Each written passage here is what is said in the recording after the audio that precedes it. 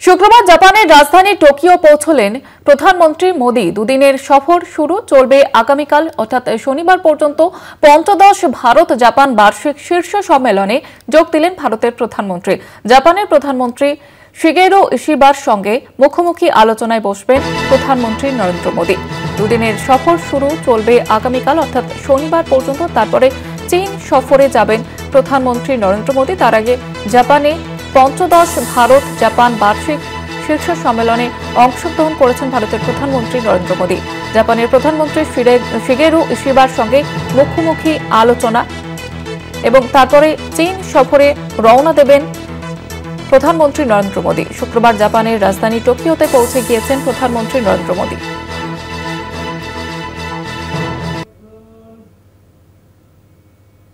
Metro से लेकर manufacturing तक, सेमीकंडक्टर से लेकर स्टार्टअप्स तक हर क्षेत्र में हमारी साझेदारी आपसी विश्वास का प्रतीक बनी है। जापानी कंपनियों ने भारत में $40 बिलियन से ज्यादा का निवेश किया है। मात्र पिछले 2 वर्षों में $13 बिलियन का प्राइवेट इन्वेस्टमेंट हुआ है। जेबीआईसी कहता है कि भारत सबसे प्रॉमिसिंग डेस्टिनेशन है। जेट्रो बताता है कि 80% कंपनियां भारत में एक्सपांड करना चाहती है और 75% ऑलरेडी मुनाफे में है। यानी in India capital does not just grow, it multiplies.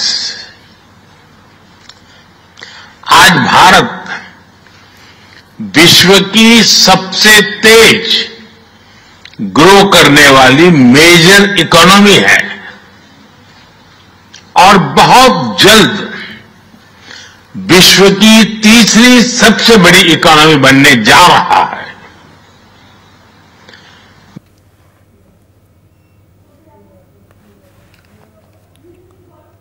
পঞ্চদশ ভারত জাপান বার্ষিক শীর্ষ সম্মেলনে যোগ দিতে প্রধানমন্ত্রী নরেন্দ্র মোদী তার এই জাপান সফর এবং জাপানের প্রধানমন্ত্রী শিগেরো ইশিবার সঙ্গে মুখোমুখি আলোচনায় প্রধানমন্ত্রী নরেন্দ্র মোদী এবং তারপরে তিনি চীন সফরের উদ্দেশ্যে রওনা দেবেন। শুক্রবার জাপানের রাজধানী টোকিও পৌঁছে গিয়েছেন প্রধানমন্ত্রী নরেন্দ্র মোদী এবং সেখানে জাপানের প্রধানমন্ত্রীর সঙ্গে এই আলোচনা হবে। দুদিনের সফর শুরু এবং চলবে আগামীকাল অর্থাৎ শনিবার পর্যন্ত। তারপরেই চীন সফরের উদ্দেশ্যে রওনা দেবেন প্রধানমন্ত্রী নরেন্দ্র মোদী। পঞ্চদশ ভারত জাপান বার্ষিক শীর্ষ সম্মেলনে প্রধানমন্ত্রী নরেন্দ্র মোদী জাপানের প্রধানমন্ত্রী শিগেরো ইশিবার সঙ্গে মুখোমুখি আলোচনা।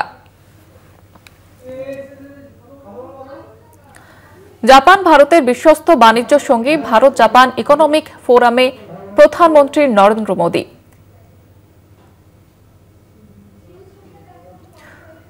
নিউজরুম থেকে সরাসরি রয়েছেন আমাদের পলিটিক্যাল এডিটর আশিস চট্টোপাধ্যায়। আশিস দা, জাপানে ভারত জাপান পঞ্চদশ বার্ষিক শীর্ষ সম্মেলনে যোগ দিয়েছেন ভারতের প্রধানমন্ত্রী নরেন্দ্র মোদী এবং এটা কতটা গুরুত্বপূর্ণ?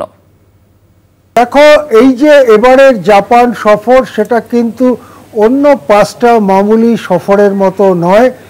বিশেষ করে ট্রাম্পের যে বাড়তি শুল্ক সেটা 27 তারিখে লাগু হয়েছে এবং তার ঝটকায় ভারতীয় অর্থনীতি খানিকটা বেসামাল। খুব বড় ধাক্কা, খুব বড় ঝটকা এসেছে এটা বলার সময় হয়নি এখনো, সেদিকে আমরা নজর রাখবো। কিন্তু ঝটকা একটা এসেছে। ওই সিদ্ধান্ত ঘোষিত হওয়ার পরে বা ওই সিদ্ধান্ত ঘোষিত হওয়ার ফলে শেয়ার বাজার বেশ খানিকটা পড়েছে। প্রায় 10 লক্ষ কোটি টাকা খুইয়েছেন বিনিয়োগকারীরা। এই রকম পরিস্থিতিতে কালকেও যখন শেয়ার বাজারে বেশ মন্দার টান দেখা যাচ্ছিল তখনই প্রধানমন্ত্রী জাপানের উদ্দেশ্যে উড়ে যান। তিনি সকালবেলা টোকিওতে নেমেছেন, নেমেই তিনি একটি শীর্ষ সম্মেলনে যোগ দিয়েছেন, বাণিজ্য বিষয়ক শীর্ষ সম্মেলন, এবং সেখানে তার কথার মূল ভঙ্গিটাই হচ্ছে ভারত জাপান বাণিজ্যের পরিমাণ, ভারত জাপান বিনিয়োগের পরিমাণ, এই সব জিনিসগুলো বাড়ানো। এবং সেক্ষেত্রে তিনি জাপানের যথেষ্ট প্রশংসা করেছেন যে ভারতে বড় পরিমাণে বিনিয়োগ করেছে জাপান, এবং জাপানের উন্নত যে যান্ত্রিক কারিগরি যান্ত্রিক জ্ঞান সেগুলোকে ভারতে বিনিয়োগে কাজে লাগানো হয়েছে। মেট্রো রেল প্রকল্প থেকে শুরু করে নানান শিল্প এমনকি স্টার্ট আপেও বিনিয়োগ করেছে জাপান। এই কথাটা গুরুত্বের সঙ্গে উল্লেখ করে যেটা ইঙ্গিত করার চেষ্টা করেছেন মোদি যে ভারত জাপান বাণিজ্য আরও বাড়ানো দরকার।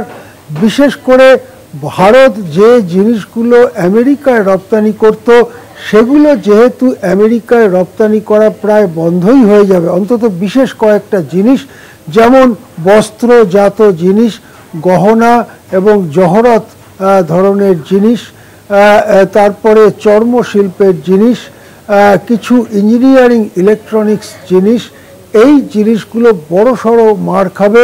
সেইগুলো অন্য কোথাও রপ্তানি করবার ঠিকানা ভারতকে খুঁজতে হবে। সেই সন্ধানে মোদি বেরিয়েছেন এবারের সফরে এবং চীনে যাবেন এর পরে। আজকে জাপানে তিনি একটু আগে যে বক্তৃতা করেছেন তাতে এটা এই ইঙ্গিত স্পষ্ট যে ভারতের এই সংকটে জাপান যদি এগিয়ে আসে তাহলে বিভিন্ন ব্যাপারে জাপানেরও পাশে থাকবে ভারত। আমরা জানি জাপান একটা খুব শিল্পোন্নত দেশ, যদিও জিডিপির যে মোট অভ্যন্তরীণ উৎপাদনের অঙ্ক তাতে ভারতের পেছনে চলে গেছে, কিন্তু জাপানের জনসংখ্যা ভারতের তুলনায় একটা ভগ্নাংশ মাত্র। সেই জন্য জাপানে মাথাপিছু আয় অনেক বেশি ভারতের থেকে, একটা উন্নত দেশই বলা যায় জাপানকে। সেই দিক থেকে ভারত জাপান সহযোগিতা বারবার, সমস্ত ইঙ্গিত স্পষ্ট। জাপানের প্রধানমন্ত্রীর সঙ্গে 1-to-1 মুখোমুখি মিটিং হওয়ার কথা মোদির, এবং সেখানে কিছু বোঝাপড়া কিছু সমঝোতা হওয়ার কথা। সম্ভবত এই সফরের শেষ দিকটায়, অর্থাৎ আগামীকাল যখন সফর শেষ হবে সেই সময় একটা যৌথ বিবৃতি প্রকাশিত হতে পারে, এবং সেই যৌথ বিবৃতিতে নতুন বাণিজ্যের এলাকাগুলো চিহ্নিত করা বা সম্ভাব্য বাণিজ্যের এলাকাগুলোকে চিহ্নিত করা হতে পারে। কিছু কেনাকাটার ব্যাপারে চুক্তি স্বাক্ষরের ঘোষণাও হতে পারে বলে অভিজ্ঞ মহলের অনেকেই মনে করছেন। জাপান সফর সেরে তিনি চলে যাবেন চীনে, সেখানে বিরাট সম্মেলন বসছে সাংহাই কোঅপারেশন অর্গানাইজেশনের, 23টা দেশের রাষ্ট্রপ্রধান আসছেন। সেই মিটিংয়ে তিনি চলে যাবেন সম্মেলনে, এবং গিয়েই রবিবার তিনি 1-to-1 মুখোমুখি বৈঠকে বসবেন চীনের প্রেসিডেন্ট শি জিনপিং এর সঙ্গে। ধন্যবাদ জানাবো আশিস দা। নিউজরুম থেকে সরাসরি ছিলেন আমাদের পলিটিক্যাল এডিটর আশিস চট্টোপাধ্যায়।